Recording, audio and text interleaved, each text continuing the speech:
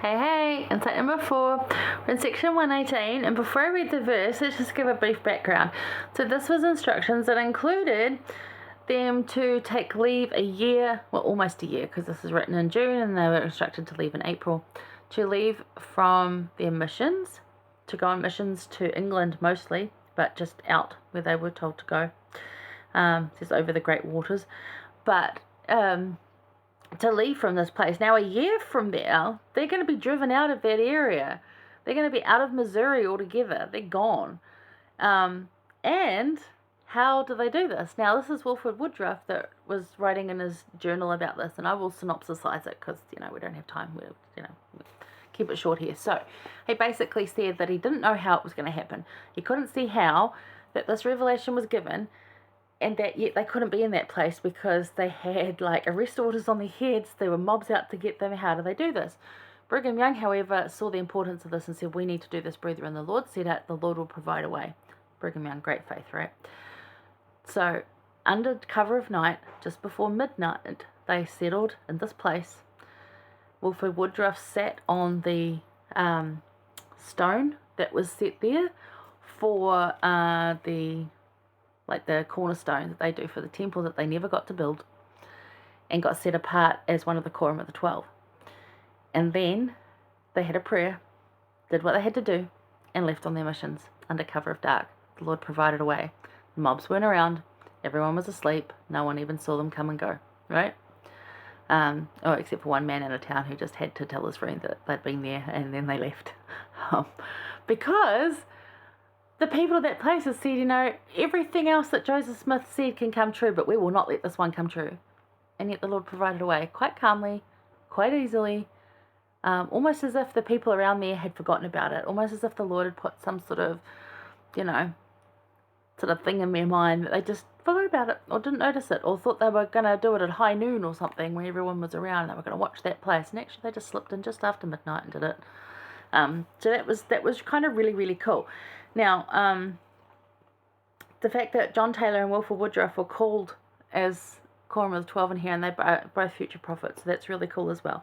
So, have a look at 118. I really, really like it. It's just really short, but the Lord always provides a way, and I think this is a really subtle reminder of that, because when we think of the Lord providing a way, we look at the big thing.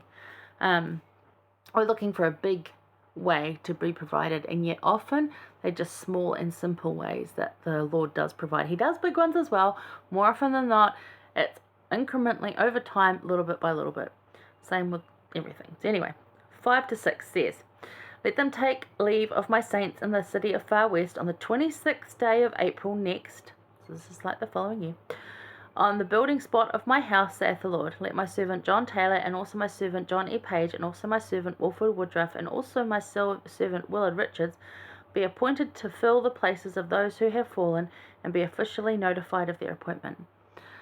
So, those that went apostate from the Quorum of the 12, gone. Remember we talked about last week, I think it was, that if you fail, for whatever reason, the Lord will quite happily raise someone up to put them in the place so that the work doesn't fail. So if you know someone that's failed and you're thinking, well, that was the end of that, no, there'll be another way. There's always a way. So it's a really good, just simple little example here where the Lord provides a way. Always. Always, always, always. I think one of my favorite examples of this early on, and we get to study it next year in New Testament, is where Abraham finds the ram in the thicket after he was going to sacrifice Isaac over, that commandment that he had to do. It was about him willing to go and do it, and the Lord stopped him and said, no, there's a ram in the thicket. Now, a ram like that getting stuck in a thicket like that would not be common. There's no reason for a ram to be there, or for it to be stuck like it was, and yet it was. So the Lord always provides a way. Now, Abraham called that Jehovah Jireh, and I love that so much. I get chills every time I say it, and I just believe in that principle. And when we get our new house, that's what I'm calling it. I'm calling our house a name. That's what I'm calling it, because the Lord does provide, and He has certainly provided in my life and continues to do so, for which I am very grateful. So if you're not seeing this, start looking. Look a bit differently. Look deeper, because He does.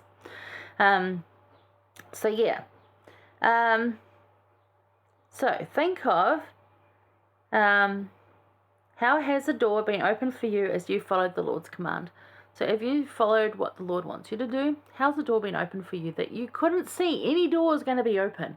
They were shut, like locked, guarded, nailed shut. And you're like, this is hopeless. And yet, as you followed the Lord's command and did what he asked you to do, did what was appropriately good and guided by the Holy Ghost, somehow one of them opened, and there you go. And you're like, how did that happen, right? Lord provides a way. Elder Suarez, he said, no matter the obstacles we face in this life, we can trust that the Lord will provide a way for us. We can absolutely trust that, 100%. Again, if you're not seeing that, and sometimes we don't. We really don't, because we're just caught up in everything, and it's a lot, and we're just overwhelmed. So just pause and see where the Lord actually has provided a way. It's probably not what you think it's going to be or how it's going to look. And I know I kind of say that a lot, but it's just my experience. I have ideas about, oh, I could do that. I'd be that way. And the Lord's like, no, actually this way. And I miss it. And I think, you haven't answered me. He's like, yes, I have there. I'm like, oh yeah. Okay, I'll try it that way. And it works out way better than I ever could have imagined. So pause on that. Really, really look at that, because I know it's true. I actually testify to you that it's true. The Lord will provide a way. All right. That's my thoughts on that, because I think it's really cool. I love that story.